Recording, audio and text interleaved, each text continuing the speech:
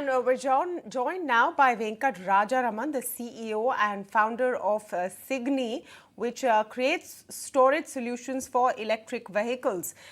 Thank you so much for speaking with us here at ETNow, Mr. Venkat.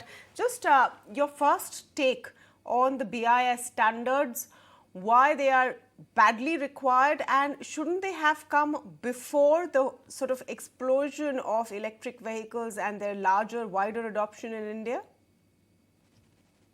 Thank you, Tamanna, for having me.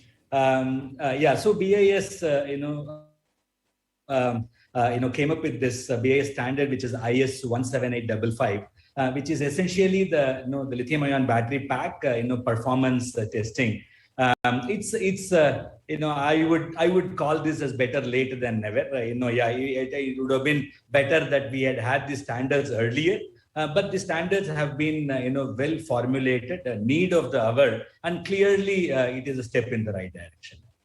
Okay, so now what exactly are the sore points which this new set of norms needs to focus on? We spoke about some of them initially in my introduction, and the biggest problem seems to be how these batteries function when the vehicle is not in use.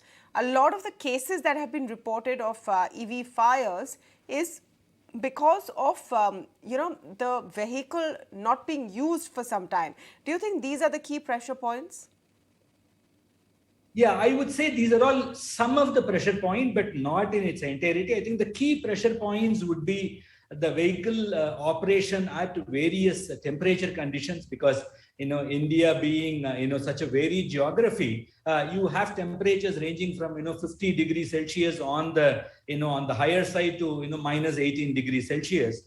This particular norm specifically talks about at these extreme temperatures how does the the battery perform, and of course on top of that it also talks about what happens when you keep the vehicle unused for for an extended period of time, right? Or what happens when you wait to transport the vehicle from one location to another. In some cases it can even take 20-30 days. How does the vehicle perform? And also it talks about how does the efficiency degrade over period of time, right? Either with the temperature or with different condition. I think this clearly talks about these areas which are currently missing. So that's why I said that these are all some things which are on top of whatever that the current testing, which is AAS 156, that ARA is doing the testing. This is in addition to that, which is the the step in the right direction. The other problem always that has come up during these conversations is that a lot of these batteries are made outside of India, and it'd be interesting to get your perspective on this. They're tested in different kind of conditions where the weather is cooler. India, it gets very hot. That's why we saw a lot of cases, if you remember, in the month of April when we were going through a heat wave, etc. How will this problem be solved?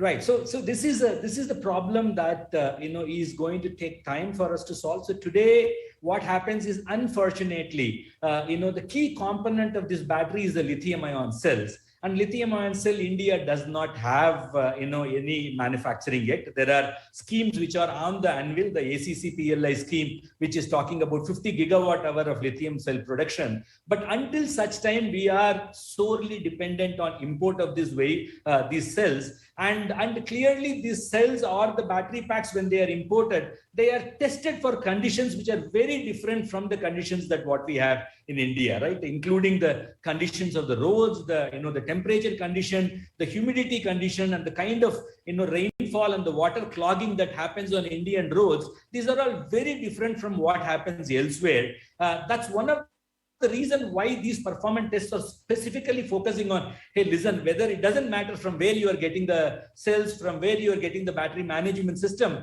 but make sure this battery pack performance test you specify and then tell that under Indian conditions that this is how it is going to perform, which is going to be good because it's going to be at least another 2 to 3 years away before we start manufacturing our own cells in India. Until such time, these these tests and these requirements are definitely the right things to do. So much, Mr. Venkat Rajaraman there of Cygni, talking about the impact of these new standards. The details of the standards are still awaited, so we'll keep following that story for you.